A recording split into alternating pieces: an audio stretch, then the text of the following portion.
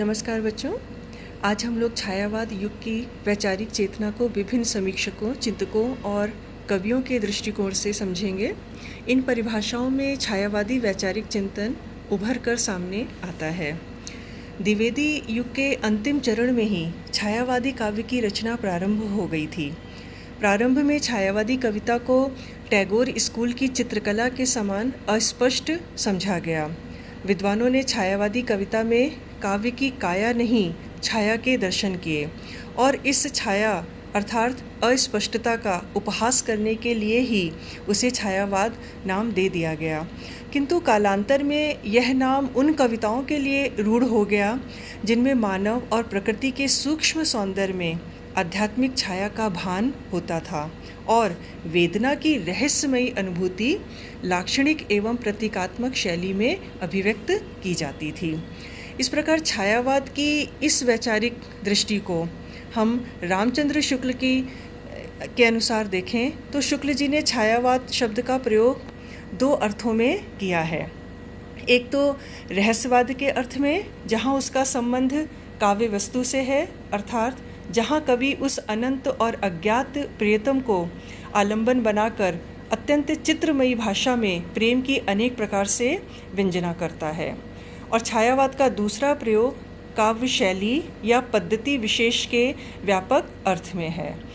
अतः शुक्ल जी ने छायावाद को दो रूपों में बताया। पहला, जहाँ वो आध्यात्मिकता प्रधान प्रतीकवादी काव्य है, और दूसरा जहाँ विशिष्ट काव्य शैली है जिसके प्रमुख तत्व हैं उपचार वक्रता, लाक्षणिकता, चित्रमय भाषा इत्यादि।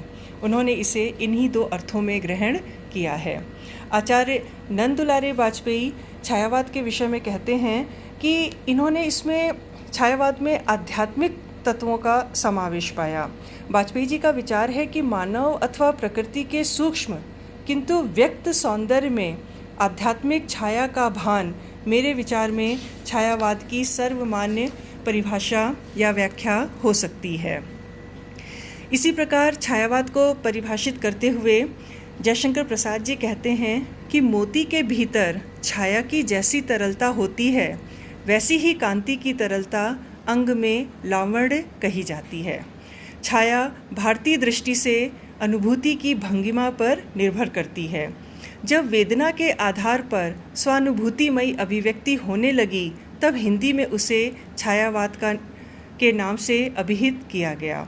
ध्वन्यात्मकता, लाक्षणिकता, सौंदर्यमय प्रतीक विधान तथा उपचार वक्रता के साथ स्वानुभूति की विवृत्ति छायावाद की विशेषताएं हैं।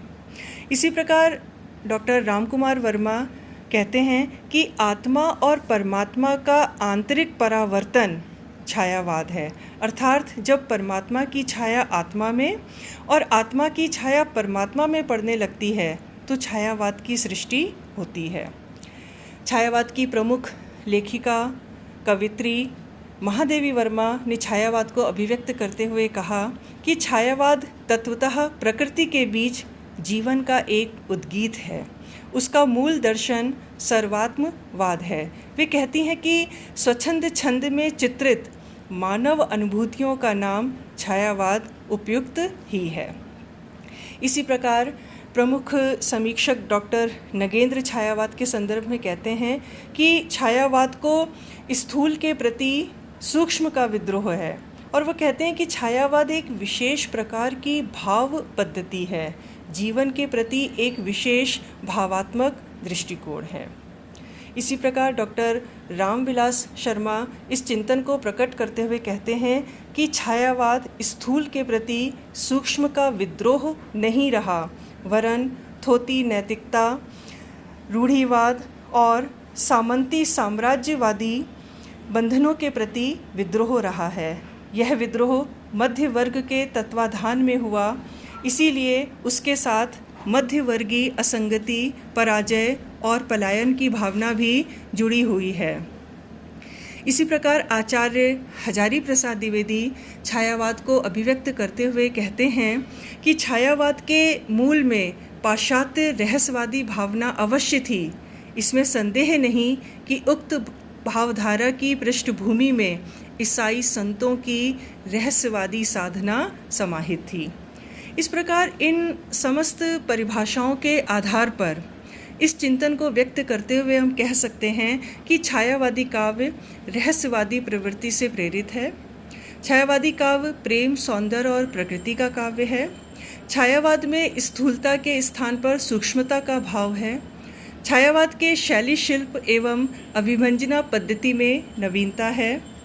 छायावाद में स्वानुभूति की प्रधानता है।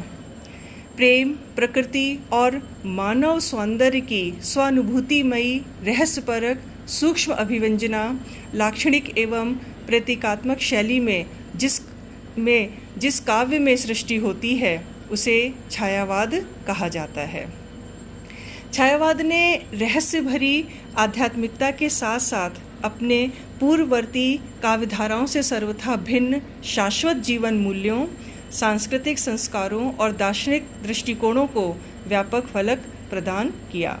इस प्रकार इन परिभाषाओं के माध्यम से छायावाद के वैचारिक चिंतन को भली भांति समझा जा सकता है। संसार के प्रत्येक पदार्थ में आत्मा के दर्शन करके तथा प्रत्येक प्राण में एक ही आत्मा की अनुभूति करके इस दर्शन और अनुभूति को लाक्षणिक और प्रतीक शैली द्वारा व्यक्त करना ही छायावाद है। धन्यवाद।